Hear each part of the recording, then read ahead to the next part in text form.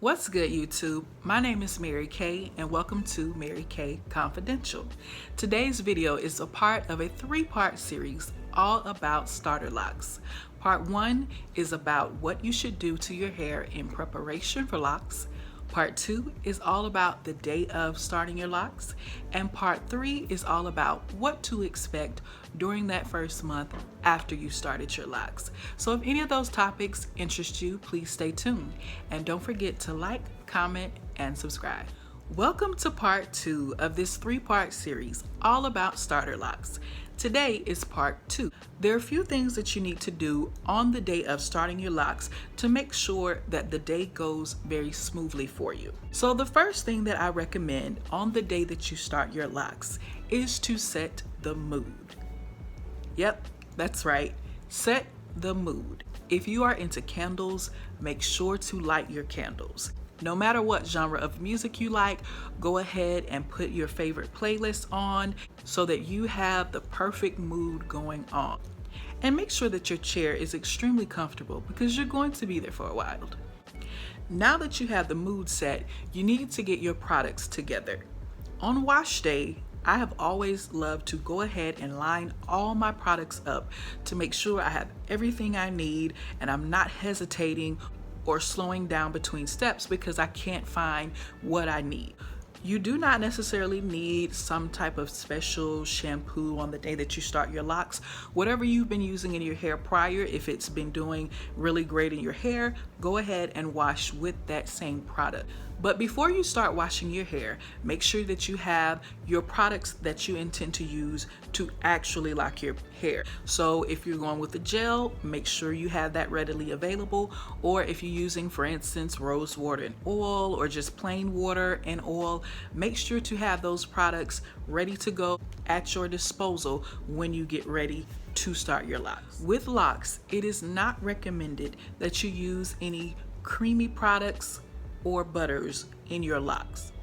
The use of heavy creams and butter may yield a very nice instant result, but it is common for individuals with mature locks to have to detox their hair later down the road to get that butter out of their hair.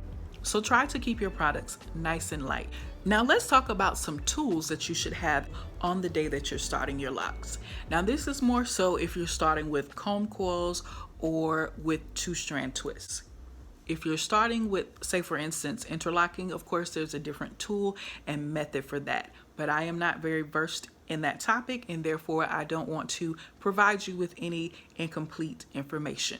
But if you're starting with comb coils or if you're starting with 2-strand twists, the first thing that I recommend is 2 different types of comb. The first would be a traditional rat tail comb. If you're very particular about how you want your parts to be, I would definitely suggest having a rat tail comb. The second comb that I'm going to recommend is more so for if you're starting with the comb coils. I have seen individuals use it to start the 2-strand twists as well to get the root nice and tight. A barber comb looks like this, right? So my suggestion with these type of combs is to make sure that you don't have just one. Especially if you're new to doing comb coils, do not have just one, okay? I'm speaking from personal experience when I started my locks. I went through probably 3 of these combs because the teeth are very small because you use this side to get the comb coil nice and tight. As you can probably see, there is a bend in this comb. And yeah, that happened to about 3 of my combs. So I think I bought like maybe a 10 pack or a 12 pack, not even thinking ahead of time that they may bend, but it just worked out that I had multiple combs. So you don't want to be halfway through your comb coils and bend the comb and not have any additional option to finish your hair. The next tool I'm going to recommend would be clips. Now, depending on your length and texture, I've seen locks started with no clips at all, but if you have a softer texture, you may need clips to hold your hair in place until that hair is completely dry. The first type of clip that I recommend would be a double prong clip. It looks like this. I would definitely recommend having some type of small clips, and make sure to have more than you think that you need. Now, the second type of clip that I would suggest having is more so to help you hold the additional hair out of place, as well as if your hair is lengthy, it will help to hold at the bottom, keep everything in place once those comb coils are in place until it dries. And that would be a duckbill clip.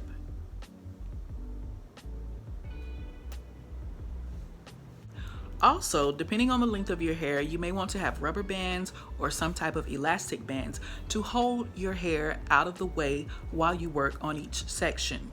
Now, this particular tool that I'm about to show you is completely optional, but if you have, like for instance, a lot of baby hair and you want to make sure that it's nice and smooth for that end result, you may want to use styling strips. You may be familiar with these. Now, when I started my coils, I actually did not use this the first time because the way I did the clips, it just wouldn't have laid correctly. I actually like to use these, for instance, if I'm leaving the house and I only have a few minutes to focus on my hair, but I want my edges to be nice and slick, I will go ahead and put a little edge control on and then add these styling strips for just a few minutes, maybe 10 to 15 minutes, and they will slick that hair down. So if you have a lot of flyaways or baby hair, styling strips will definitely help to smooth that hair down.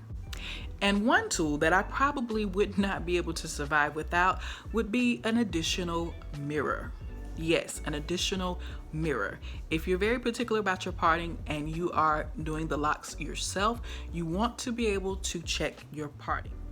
Also, you want to make sure that your hair is damp at all times while you're working on those comb coils. You do not want to go through your hair while it's dry. You want to have some type of spray bottle. I'm not saying go out and purchase spray bottles. If you have an old hair product that's almost complete or that you no longer intend to use that product, go ahead and recycle that bottle. Just make sure that you know exactly what's in that bottle if you're recycling multiple bottles. So use a permanent marker to mark it or make a mental note of what you put into that recycled hair bottle. Over the course of your first week after you started your locks, you want to pay attention to the way the hair moves, how it flows, and are you satisfied with how your hair is flowing, how it's parted. For example, I started actually with 104 comb coils, but now I have 106. The reason I now have 2 additional locks is during that first week, I noticed right here, it just seemed very gappy, too much space between the locks. So I went in and took 2 coils out and made those 2 coils 3. I did the same thing on the row above it. Because the hair had not started budding, I was not interrupting that process. So I was able to catch it early, and now I am completely satisfied with how my hair is parted. So that's it, guys. That's everything for your tips on the day that you start your locks. I do hope you enjoyed today's video. If you did not already see part 1, I will link it in the description below. And stay tuned for part 3. Don't forget to like, comment, and subscribe, and I'll see you in the next video.